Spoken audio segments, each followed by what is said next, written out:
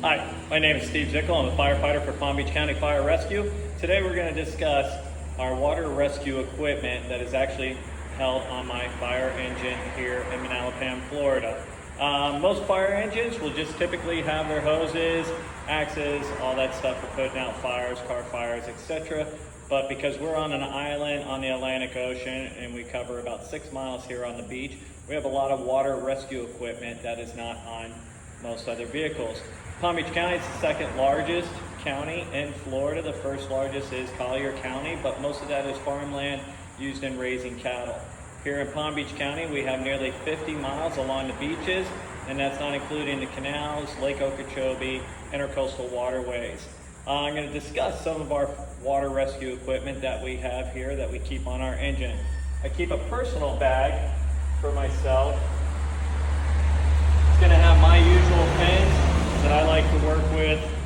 We use short fins here, easy to get on. They don't require any booties at all. We can just slip these on our feet and we can go, and they also tend to float if they happen to fall off. Keep a pair of baggies with me on my truck at all the time. Not swimming in long pants and a t-shirt and all that stuff. Some sunscreen, an easy towel to dry off with. Keep a very bright colored rash guard so people can know that when I'm out in the water that I'm the rescuer. In case there's multiple people that are in the water, they at least can spot who I am in the water.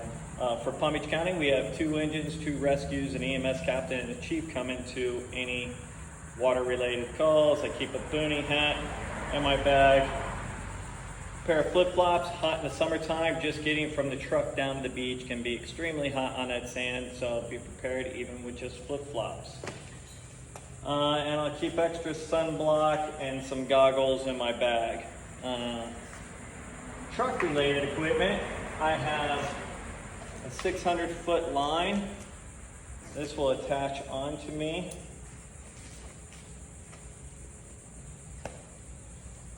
I'll put my fins on and I'll swim out. With that, I'm also going to bring my rescue tube, typical lifeguard rescue tube. It's going to attach, go over my shoulder behind me. This will be the flotation for any victims that we get.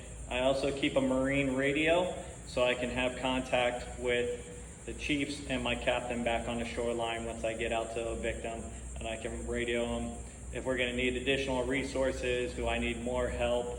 Is there more people in the water than we expected? Any type of information, I can get that back to them other than just basic hand signals of I'm okay.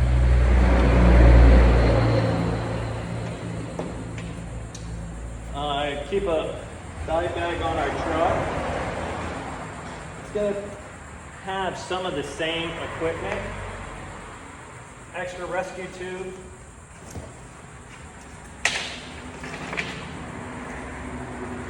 Mask and snorkels for doing stuff that's a little bit deeper in case somebody's already drowned and they sank to the bottom.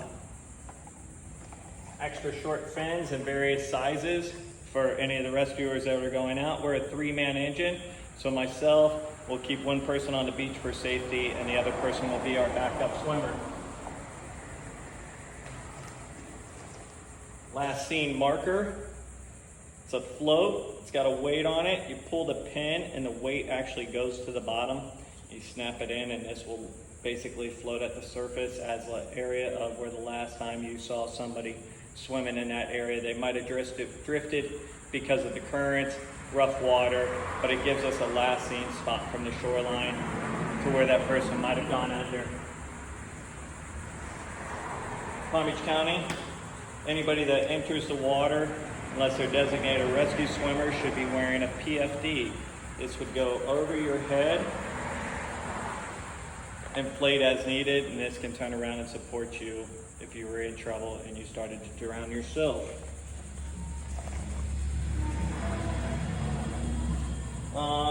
All the rescue that we do here in Palm Beach County, whether you're swimming in saltwater, freshwater, intercoastal, canalways, Lake Okeechobee, all the rescues are going to be the same. All the same equipment, regardless of what type of body of water that I would get you out of. There is a difference in the drownings. Saltwater drownings tend to turn around and affect the lungs a lot more. They'll close up the lung space, they'll close up your larynx, and that person will basically stop breathing from that. Fresh water typically will wash into your lungs and then it'll fill in, and that way oxygen can't get between your lungs into your brain and heart, and that's what will cause the drowning. Which equipment to use for any of these? It's all going to be the same equipment. I actually, on the top of the truck, you can just see at the very top, we actually keep a paddle board on this truck in case I have to go a bit further out than a swim.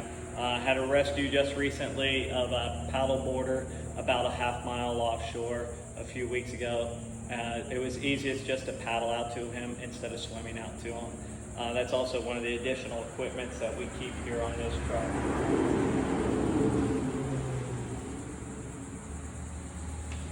Outside knowing your equipment, you need to know when you should go or not go. When are you going to risk going out and trying to rescue somebody?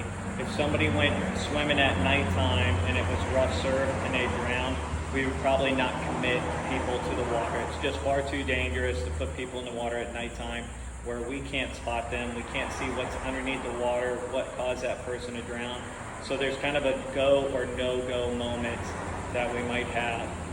If we can't get a good last seen area, ocean's far too big to just start randomly putting people in the water. It's one of our most dangerous things that we do here in fire rescue is getting in the water because we don't have a lot of resources to help that person if they were to get into trouble.